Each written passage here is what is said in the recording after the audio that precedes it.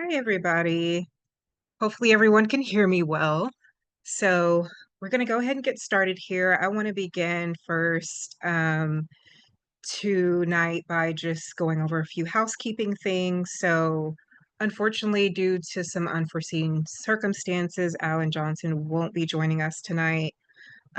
He sends his regards, and we definitely apologize for those of you who tuned in tonight to hear from him. But we definitely still plan to have a great speaking engagement with Corinna, and we look forward to speaking with her. So, yeah, we will drop his book in the chat for those of you who would like to support him and keep tabs on him. Um, but like I said, we still guarantee that this is going to be an exciting night. So, before we introduce Karina, we want to go over a few housekeeping things. So, everyone will be muted and will remain muted throughout the program. We are also recording this tonight. So we plan to share this video with everyone by at least Monday, and then it'll be on all of our YouTube channels. So definitely stay tuned for that. We plan on sending an email to everyone once that we get that up and running. So definitely keep a lookout in your emails throughout the week. Um, so there will also be the runtime for this will be 1 hour approximately. Our discussion will close with a Q&A, so please drop your questions, your name, where you're tuning in from, if you're comfortable with that, in the chat throughout the show, and we'll select a few of your questions depending on how much time we have and how long this um, our speaking portion of this goes. Then we'll definitely get to your questions. Apologies in advance if we do not get to your questions. Very briefly, I just want to kind of preference our partners this evening. So I am here representing OTSI, Ohioans to Stop Executions. We have been around since 1988, working to repeal the death penalty in Ohio. And I'm thrilled to pass the mic to Sarah Kraft, who across the state lines there, who will introduce the Indiana Abolition Coalition and our speaker. Thank you, Ty. So my name is Sarah Kraft, and I'm the interim director of the Indiana Abolition Coalition. Like OTSI, we work to end the death penalty in Indiana and oppose all executions. And we're just so grateful to be able to welcome our speaker tonight. That's Corinna Barrett Lain, who is the S.D. Roberts and Sandra Moore Professor of Law at the University of Richmond School of Law. She's currently on a nationwide book tour promoting her recently published book, Secrets of the Killing State, The Untold Story of Lethal Injection. Uh, the book pulls back the curtain of secrecy, presenting a view of lethal injection that states have worked really hard to hide. The story of lethal injection is a story of state law breaking and cover ups, fake science and torturous drugs, gross incompetence by woefully inept executioners, and a stunning state indifference to the plight of the people who are executed. Um, my colleague Ariana is going to put the link to that book in the chat. I have my copy right here from the library, and it is available. Whoops, you can't see that. It is available in bookstores and in libraries, but also from the link that she's going to put in the chat. As Ty mentioned, Alan Johnson had a family emergency and could not make it this evening, but I wanted to take the opportunity to introduce him anyway and encourage you all to seek out his writing. Alan is a former journalist who spent 44 years in the newspaper business, including 18 years reporting on capital punishment cases in Ohio with the Columbus Dispatch. He was a media witness in 21 executions and wrote about dozens of others. Near the end of his journalism career, he enrolled in theological seminary and began a soul-searching reassessment of the idea of executions. It's out of this soul-searching that he wrote both his dissertation called Discovering Forgiveness in Executing Justice Through Capital Punishment, as well as a book called Death and Forgiveness, My Capital Punishment Witness. And Ariane is going to put links to both of those in the chat as well. A little bit more table setting before we get started. I promise you'll hear more from Corinna than me going forward. But before we dive into some discussion with Corinna, I know we have people in the audience from Ohio, from Indiana, and also from places around the country. And for that reason, I want to give a little bit of context into the status of the death penalty in each of our states. Just last month in Indiana, the state executed Roy Ward. He was the third person to be executed in under a year. Before those three executions, Indiana had not executed anyone in over 15 years. And like our neighbors in Ohio, we have legislation in front of our General Assembly that would end the death penalty. And the Indiana Abolition Coalition will be working hard to get that bipartisan legislation passed. In Ohio, there's not been an execution since 2018, with the current governor, that's Governor DeWine, delaying more than 20 executions during his time in office. Governor DeWine's reasoning for these delays is that the Department of Corrections and Rehabilitation cannot get access to lethal injection drugs without jeopardizing access to life-saving drugs from those same drug manufacturers. Ohio also has the distinction of at least 5 botched lethal injection executions between 2006 and 2018. And it's worth noting that Ohio lawmakers are attempting to add suffocation by nitrogen gas as an alternative method to execution. But at the same time, a large bipartisan coalition of lawmakers have thrown their support behind efforts to end the death penalty. Table setting over. Thank you, Corinna, again for joining us. My first question to you is about how you came to write about lethal injection. What led you to this research? I know there are scores of books about the death penalty, most of them on my shelf unread, but what led you to write this particular book?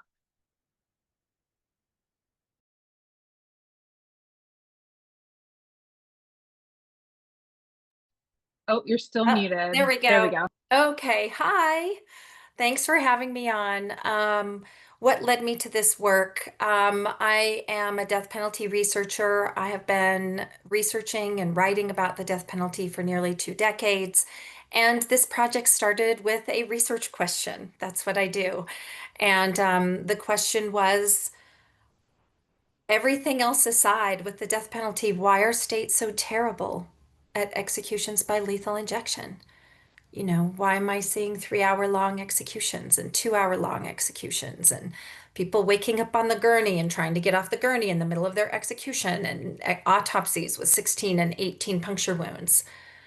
And I just thought, you know, we know how to put down our beloved pets. We know how physician assisted suicide works. We put people under anesthesia every day and cut open their chests. And so what is it about this that they're so bad at it? Now there's a whole faith personal story behind there too, and I've been able to share that with some folks in Ohio this week, but that's how it began. Wonderful, wonderful. Um, so in May, this last May, Indiana executed Benjamin Ritchie. His lawyers, who may be on the line here, but his lawyers who witnessed the execution say that it was botched.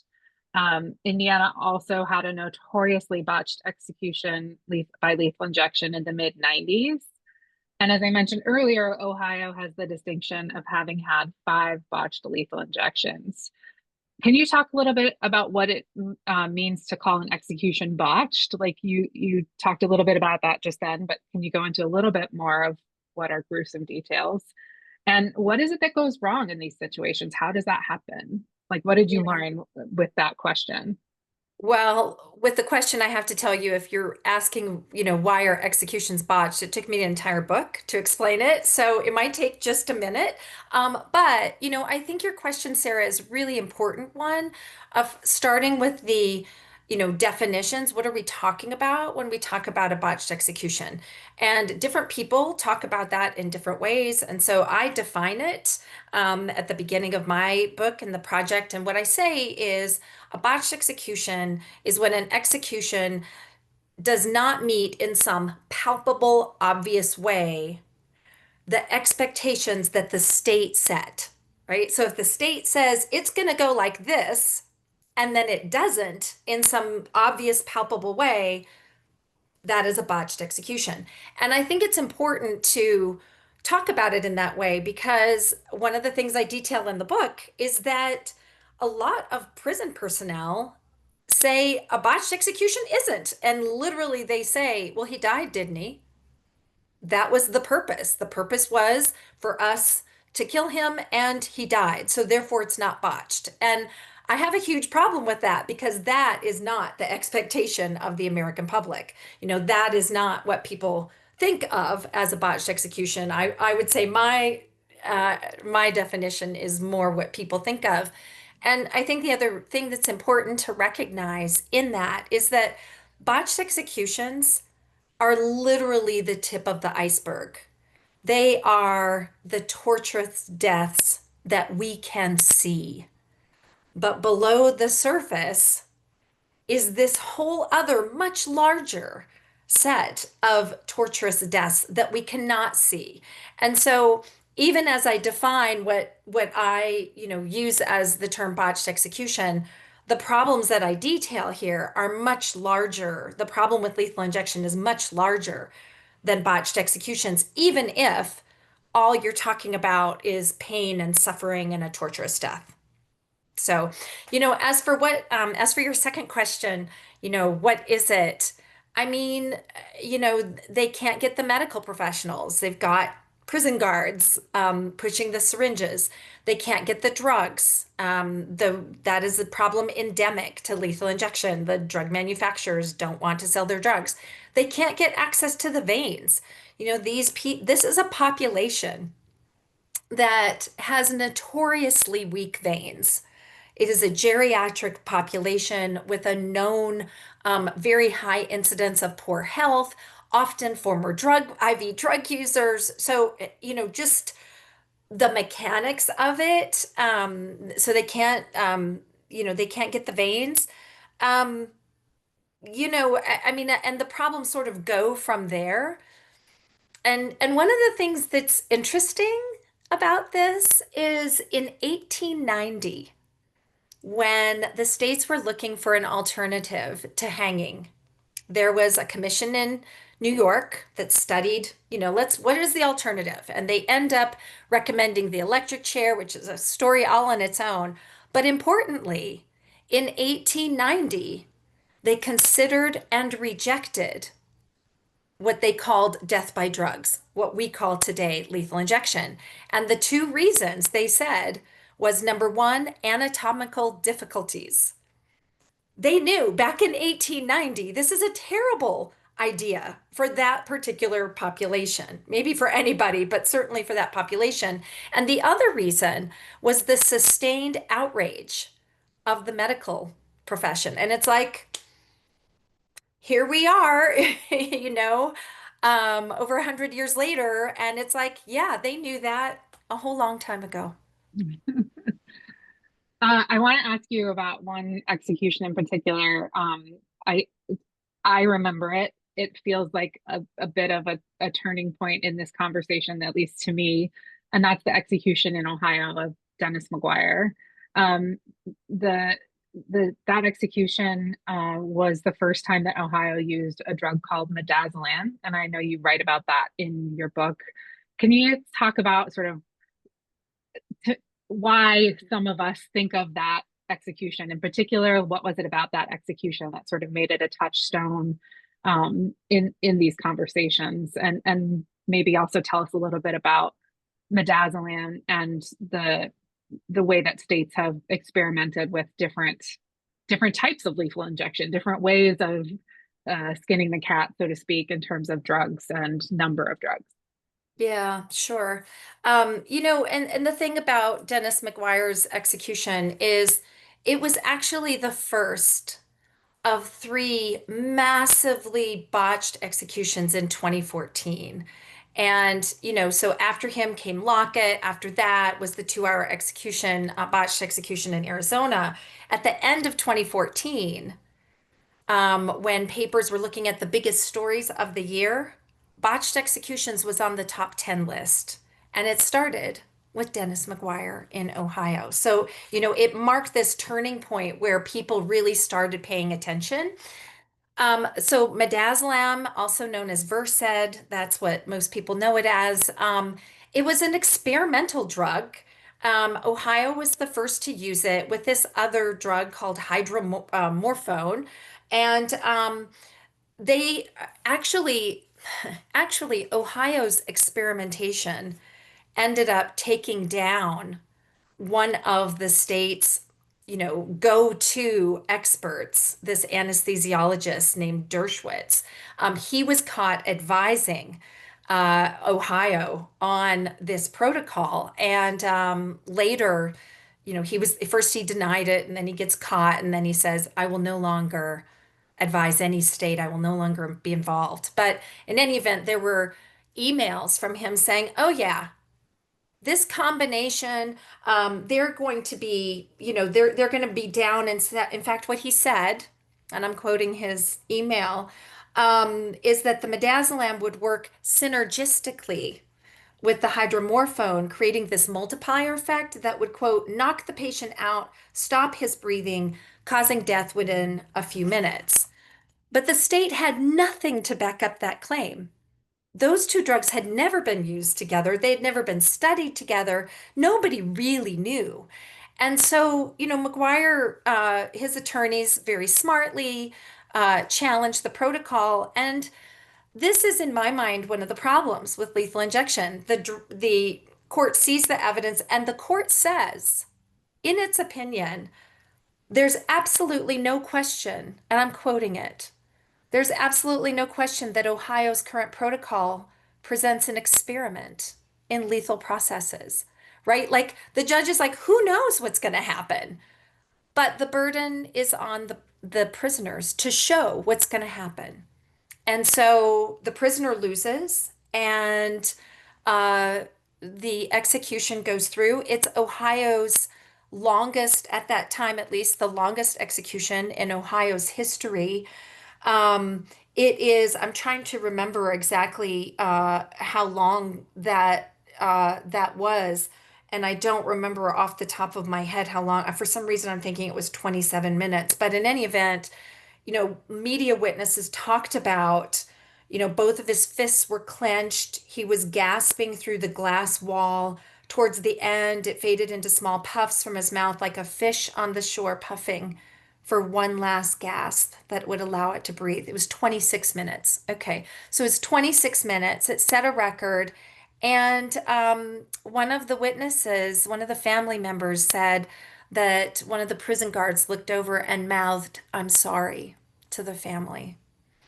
Um, but we later, these emails came out that the state knew all of the risks. And in fact, one of those emails, uh,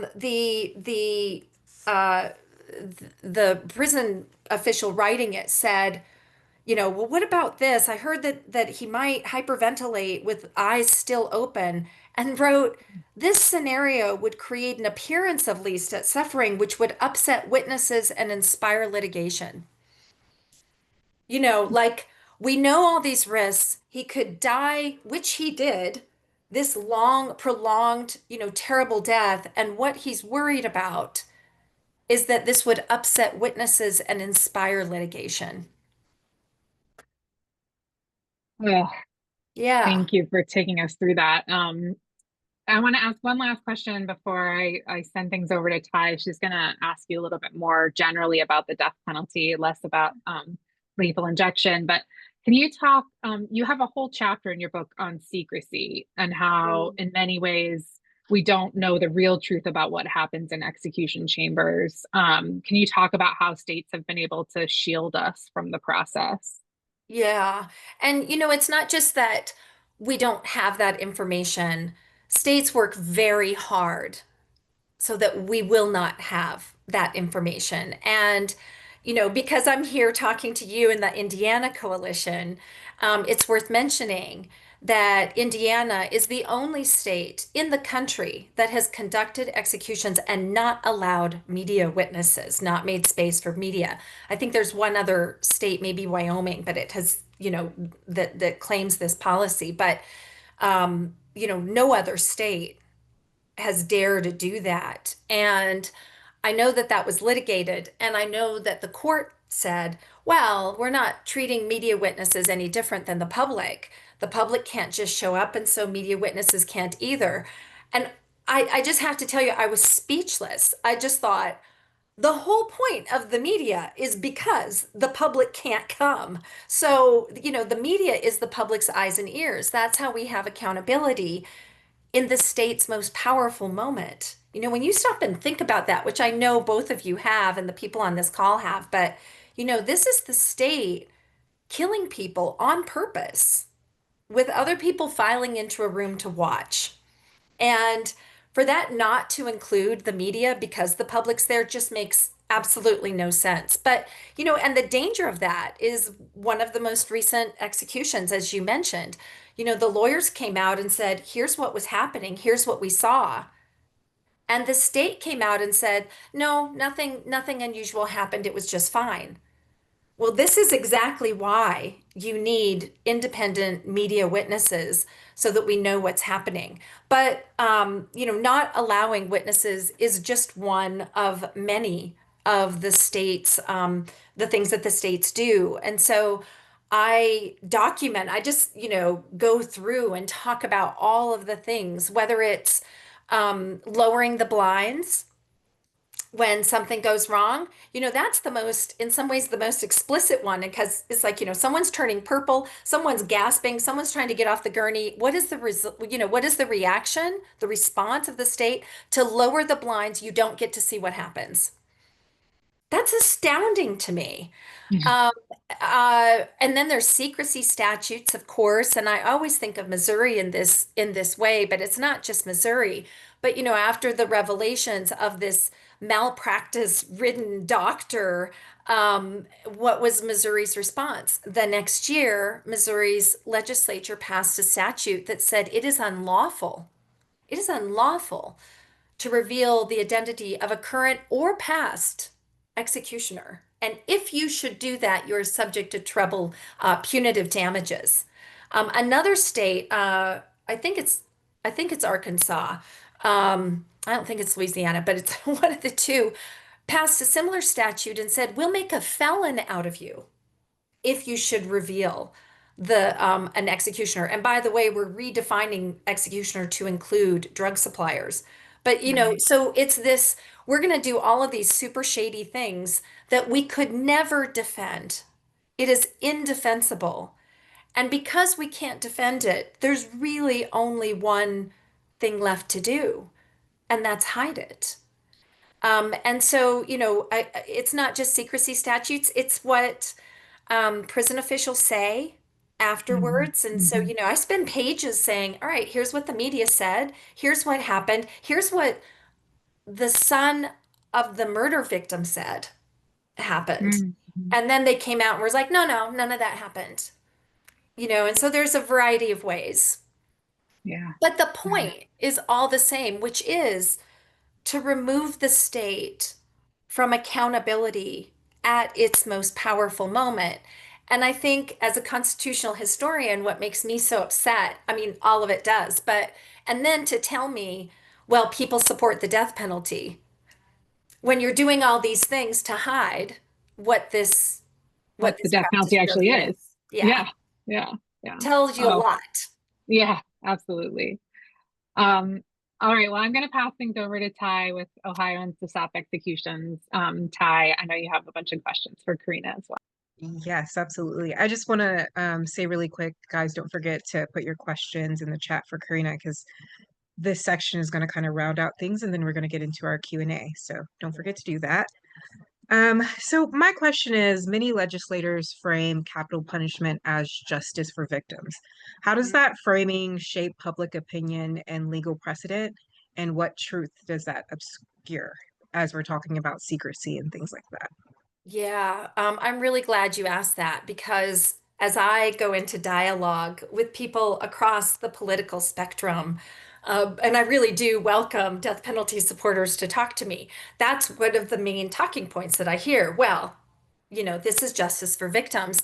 And so I think it plays a very prominent role in death penalty support today. Whenever I see those executions in Alabama, I mean, Governor Ivey, she's always talking about the victims. I've seen that in Oklahoma as well. And so I think it plays a big part. It's absolutely not true. And I'm a former prosecutor, and so I think about victims a lot.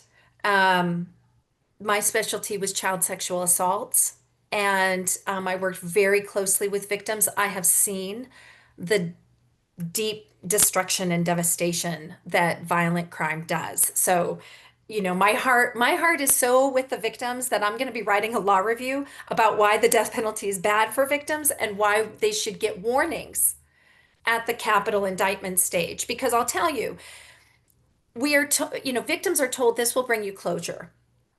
And what if we were being honest, what that warning would say is, I know you've just lost the person most important to you in your life. I know you are devastated.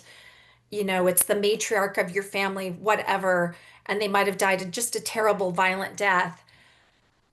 So, I know you just lost this person. Now we're going to take at least 2 decades of your life, and you will not move on. You will be stuck. You will be tethered to this person for the next 2, 3, 4 decades. Mississippi executed a guy this summer on death row for 50 years. You will not move on. You're going to know about every appeal. You're going to know about every time they go to the infirmary. Like your life will change and be in this holding pattern, and you will grow bitter. And by the way, chances are anywhere from 50% to 2/3. Oh my gosh. Indiana, at 70% of all death sentences are reversed on appeal. 70%. So it's like anywhere from, half to 2/3 to 70%, there's a chance, I would be telling them, that it'll be all for naught. That death sentence, you're not going to end up, it'll just be the time that they took from you. And if it should ever be the case that you see this execution, be prepared that that person is not the same person anymore 2 decades later, and that there's a very high chance that the guards will actually feel sorry for that person. And so when I think about those things, I think the death penalty is really good in two areas, neither of which is the victim. Number one, high at the political level, stands for law and order. Second, prosecutors. It's good for our career to get, to do a big death case. And they talk about sometimes, well, we need to threaten someone, we'll kill you if you don't plead guilty. I find that morally reprehensible, but like those are the things I see. So I think the death penalty is good at the very top for top political purposes, and for prosecutors, it is not good for victims. Oh, sorry, one more point. This is No, super go ahead. important. Okay, sorry. In my travels, I've actually met some victims' family members. And one of the things that I didn't think about that I do now, and I learned this from a woman in Tennessee whose son was murdered in her backyard. And, one of the things she talked about was when my son was murdered, she said, I couldn't get out of bed in the morning. I couldn't move. I was afraid I was going to lose my job. I was going to lose my house. I needed therapy. My kids needed therapy. I needed childcare. I had all of these intense needs. I'm in crisis. And I went to, the government, the Health and Human Services, and they said, we don't have money for that. We don't have money for that.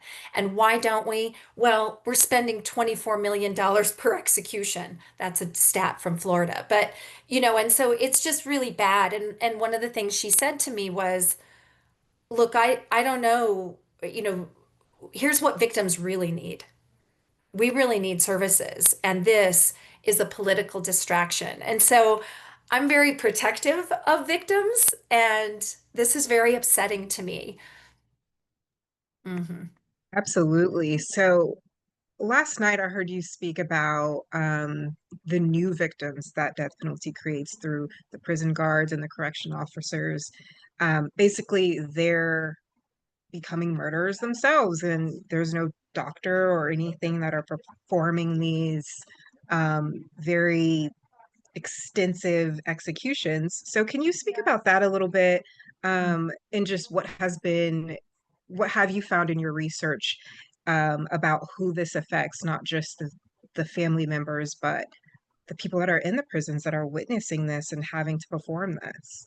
Yeah, I'm glad you asked because that was another thing that I've been studying the death penalty for a really long time. And it wasn't until I started studying executions that I was like, oh my gosh, how was I not thinking about this? But what those prison guards say, and I just quote them, what they say is, by the time an execution warrant comes down, we've been living with this person for a couple decades. We know they're not the same person. We know they could be safely housed for the rest of their life. One of the guards says, actually, they're completely defenseless. He described them as defenseless as they come in. And they said, we've gotten to know them as human beings. And then an execution warrant comes down and we have to kill them. And you can't expect that there won't be an effect from that. And so, I document depression, divorce, suicidal thoughts, substance abuse, alcoholism, weight loss, weight gain, the whole thing. Even family members of executioners. There's one where the family member, it's a daughter, and she said, we never were close to our father. He was always distance. We always thought he suffered from depression. He just wasn't emotionally available ever. And then he died, and we found out he was the executioner. And so it's like there's these collateral consequences of these. And I have to say, that's like one end of the extreme. But I also quote, there's actually two executioners, one of whom his quote just haunts me. And he says, yeah, it was really hard at first. It was really traumatic, but now it ain't no different than getting a beer out of the fridge. And so I feel like I just want to say to executing states, explain to me which of these is okay with you. Tell me which of these is okay with you. Neither of these are defensible. And as you said, Ty, it's who are we creating? It's like we're killing someone who killed, presumably, if we got it right, um, but is no longer a killer. But then who are we creating when we ask someone to kill for their job? And over again, I mean, it's really funny. I hear these statements, and whether they're coming from the guards or, other people, what they say after someone is executed is there was no need to execute them. In any event, they failed. They failed. The person who committed those terrible crimes died inside a long time ago. The person you killed was one of the most beloved members of the prisons, of the prison community. And so that was a surprise to me. And it shouldn't have been, but yeah, and it's not just the prison guards. And then think about it. Think about the media witnesses, who have to watch state killing for their job. Think about the prison chaplain. Think about the innocent family members who did nothing but are watching the state set a date and kill their family member on purpose. So, there's just all sorts of collateral consequences that thinking about executions, like when we think about the death penalty, I don't really think we think about executions. It's this idea. But when you think about it, and it's like, oh, brass tacks, that's executions. This is where the rubber hits the road. This is what the death penalty actually is. Now look at it and tell me you think this is okay. And so that's part of what I'm hoping to do with this project. Absolutely. That was a fantastic answer. I heard you speak about it last night, so I want to bring it up now.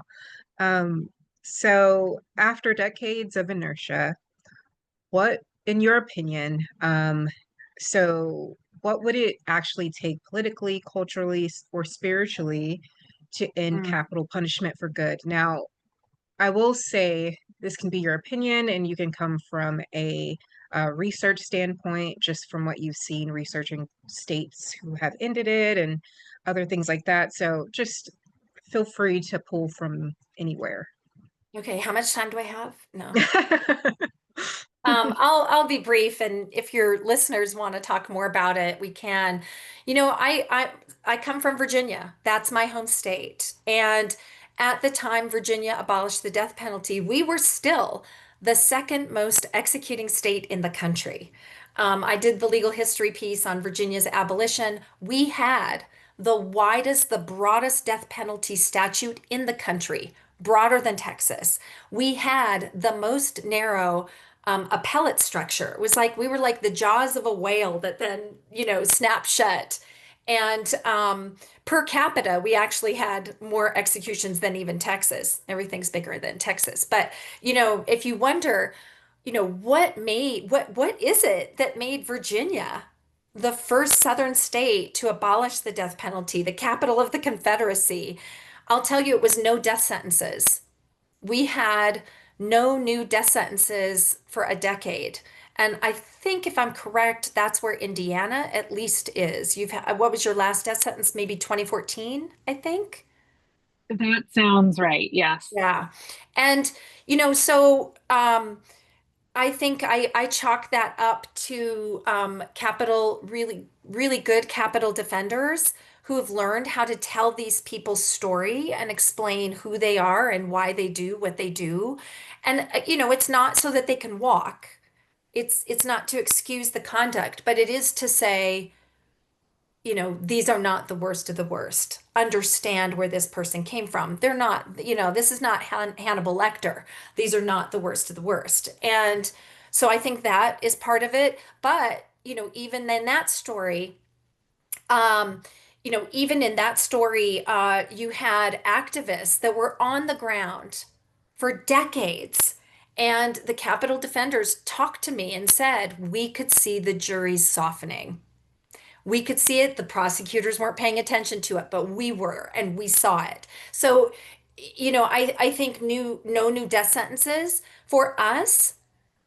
Because we were so good at executing, we had two people left on death row.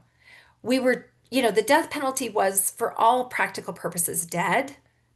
We were just paying the millions for it. So I think that's one, it's a fiscal, political, socio-political explanation. I think the other one goes to faith. I will tell you, I'm a separatist. I'm a constitutional historian. I have written about the importance of the separation of church and state. And so, that is my scholarly bent.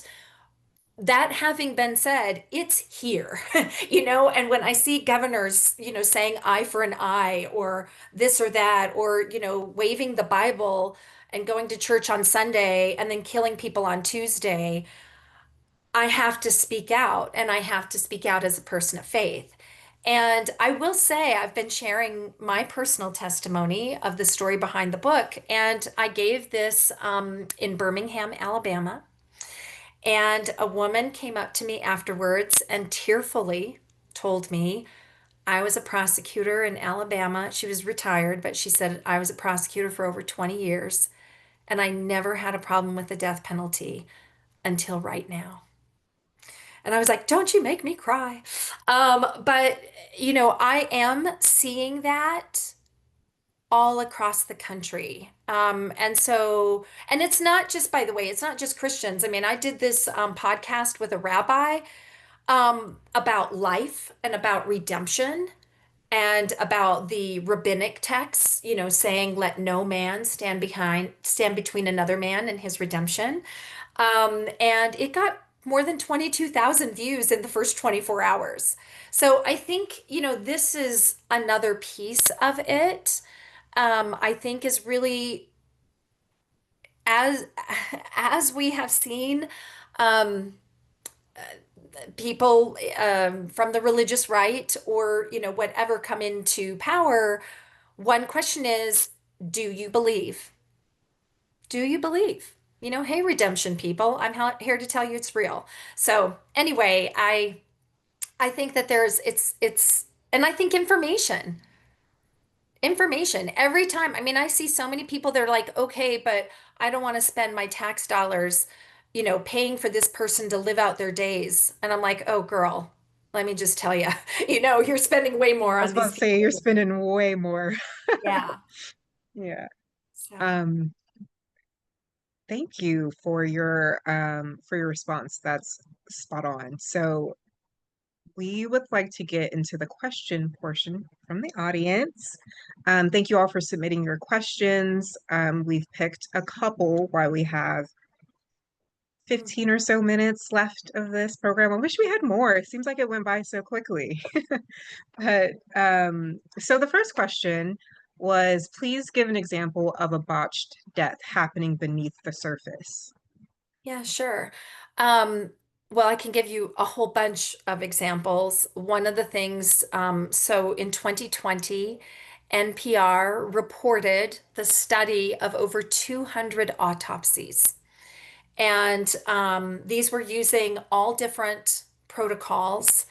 And, uh, and what they found was that 84% of these autopsies were showing acute pulmonary edema. So, pulmonary edema is fluid seeping into the lungs. I've come to learn it's not that uncommon. You can get this. Acute pulmonary edema is when fluid seeps into the lungs in seconds and minutes rather than days and weeks and months. And what medical experts have said is it is the sensation of drowning within. A court in Ohio said, "Is that waterboarding?" and the expert said, "Yeah, it's the same sensation. You are drowning within and not being able to do anything about it." And so I'm like, give me an example. How about 84% of these people, they're under a paralytic. It looks like it went just fine.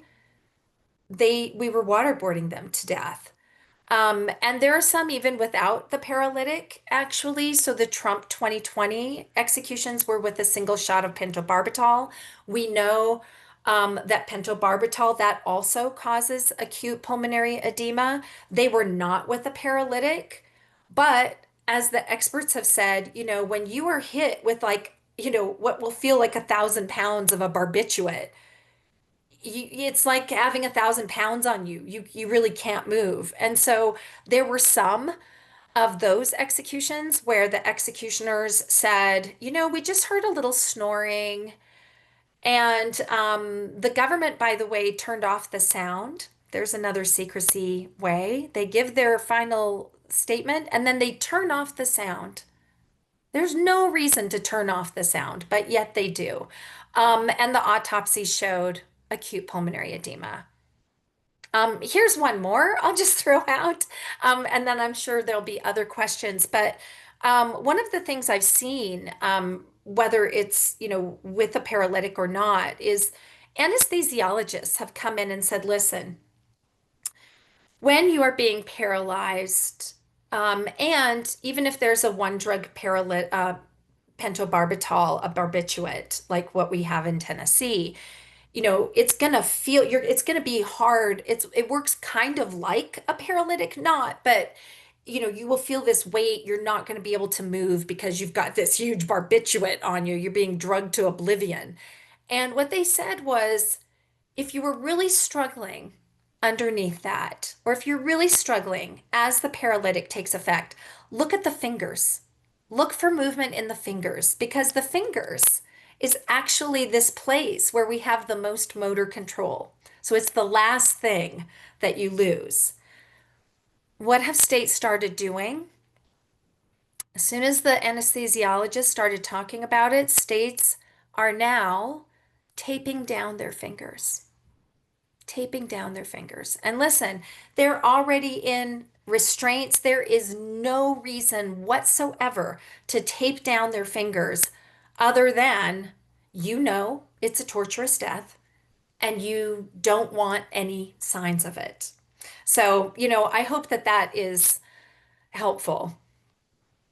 Yes, absolutely. That is insane to me. Absolutely insane. Yeah.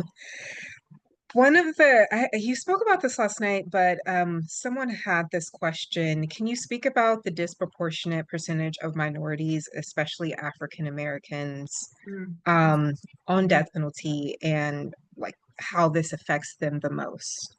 Oh yeah, sure. I mean, one of the things to understand, and I mapped this out in my legal history of Virginia's abolition, is, the death penalty is a cousin of lynching, of non-judicial hangings and beatings to death.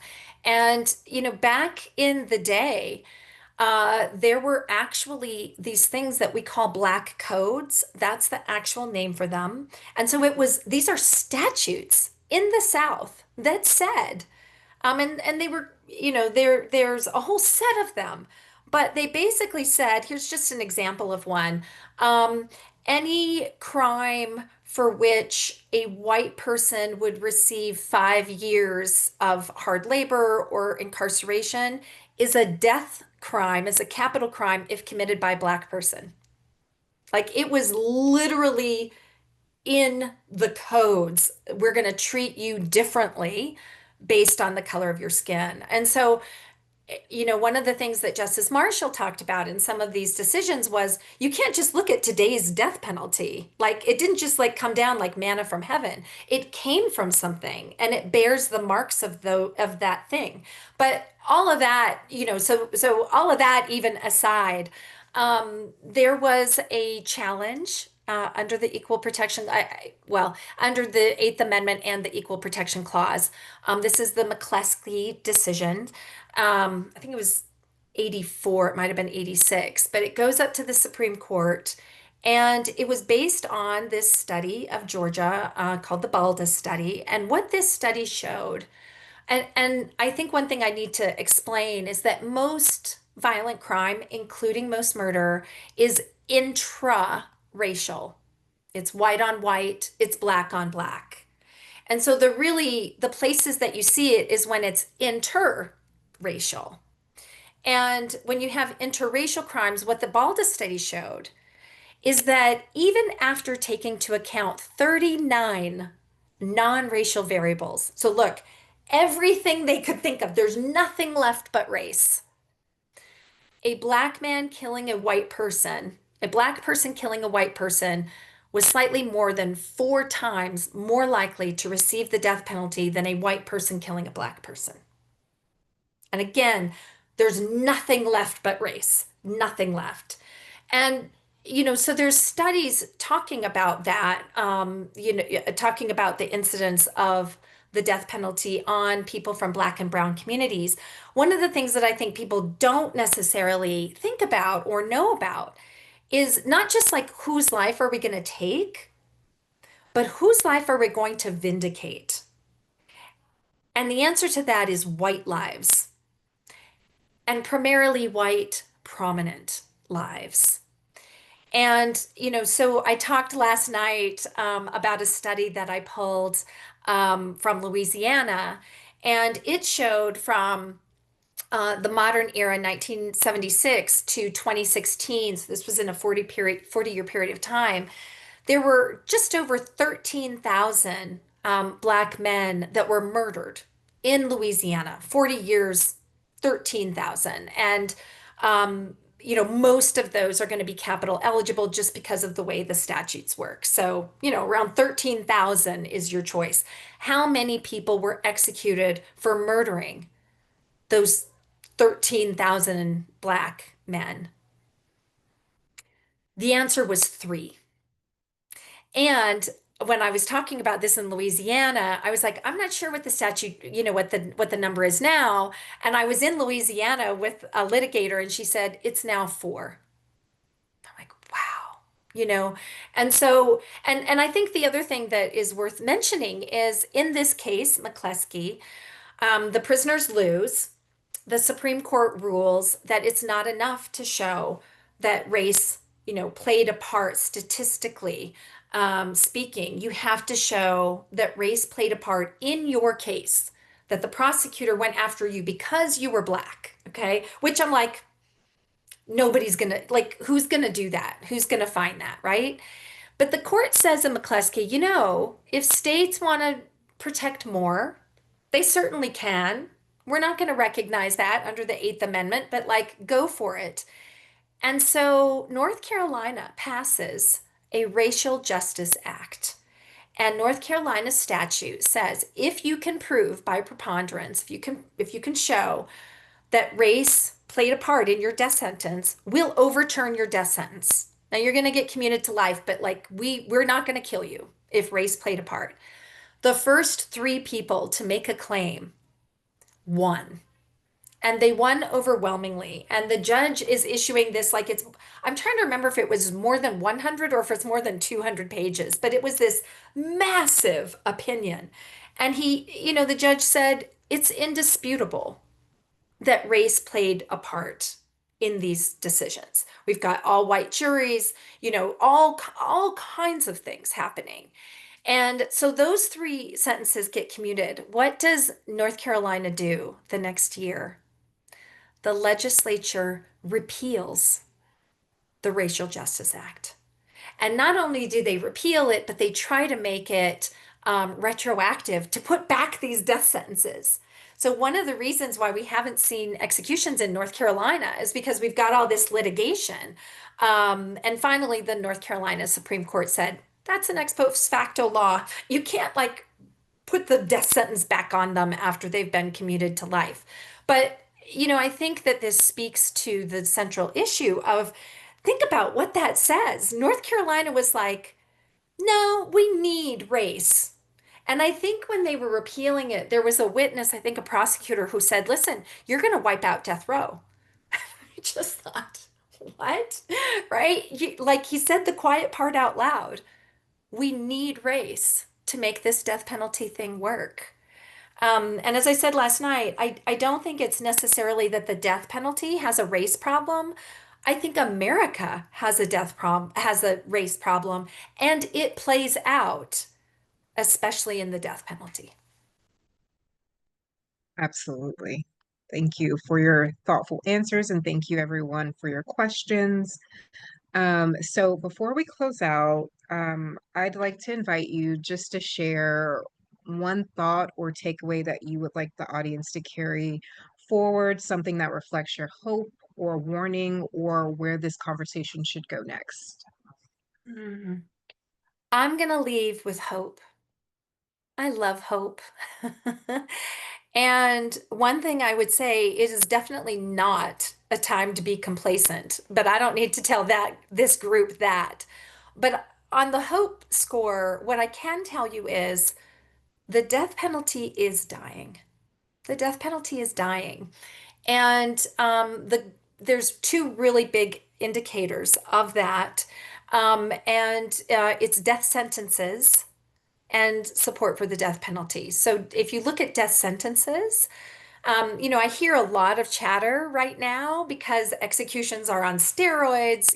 Florida is going absolutely nuts with its executions. And of course, Trump is like, kill everybody. And so people are like, I've had the question from media, oh, America is embracing the death penalty. Oh, America is using the death penalty. The death penalty is back. And I'm like, no, actually, executions mark a moment in time. It is an absolute time slice because the people that are there that have finished with their appeals, I mean, I hate to say it, but they're sitting ducks. They're there, and where there's political inclination, as there is in this moment, for cruelty, brutality, vengeance, they're the ones, that's going to happen. So it marks this moment of vengeance. But if you want to know what's going to happen with the death penalty, if you want to know where it's going, if you want to think about the future, you've got to look at death sentences. Today's death sentences are tomorrow's executions. Without death sentences feeding the machinery of death, the death penalty will die on the vine. That's Virginia's story, okay? And death sentencing over the past 2 decades is down a little over 80%. So the last year that we have data available is 2024, and there were 26 new death sentences nationwide, 26. Go back 2 decades to 2004, 125. So 125 new death sentences. That'll keep the death penalty going to 26. And even this year, in this moment of brutality, death sentencing is down. I'm watching it. I think in July, the number was 10. I think right now we have 16 or 17. Last year we had 25. I'm like, I'll be surprised if we get to 20. So even in this moment in time, and I think that's happening for reasons that an executive order cannot fix. People don't trust the death penalty. And for good reason. I was talking last night about, all right, in the modern era, we've had a little over 1,600 executions. I don't know, 1630, 1635, something like that. And we've had in that same time a little over 200 exonerations from death row, 201, 202, something like that. So when you put that together, for every 8 executions, there is one person where we admit we got it wrong. 8 to 1. That is a crap number by any measure. So, people know that. They know about racism. They know about actual innocence. They're hearing about prosecutorial misconduct. And I gotta say, I've had people ask me, okay, but what about Trump? And what I say is Trump is reason 1,270 to get rid of the death penalty. Look, Europe doesn't have the death penalty because they said, oh, it's a really bad idea to put the power to kill in the state. Look what happened to us. When you have bloodthirsty leaders, like you don't want them to have the death penalty. And now we're in this moment where Trump is saying, I am your retribution. And I'm like, that's yet another reason not to have this death penalty. So I think, the death penalty is dying for reasons that an executive order can't fix. And the last thing I'll say, because I know we're running short on time, is death penalty support. I hear from death penalty supporters, well, the people support it, and we're a democracy. And I do take issue with that, with the premise, because one of the things I say is lethal injection works very, very, very hard. They're spending millions of dollars to make the death penalty look like something else. Mm. So it must matter because they're pushing a rock of Sisyphus uphill that makes no sense. If not, oh man, we this has got to be people falling asleep. Out of sight, out of mind. I think the lethal injection is doing tremendous work.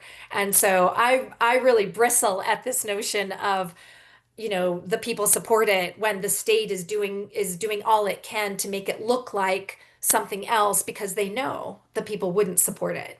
But that having been said, Gallup checks death penalty support every fall.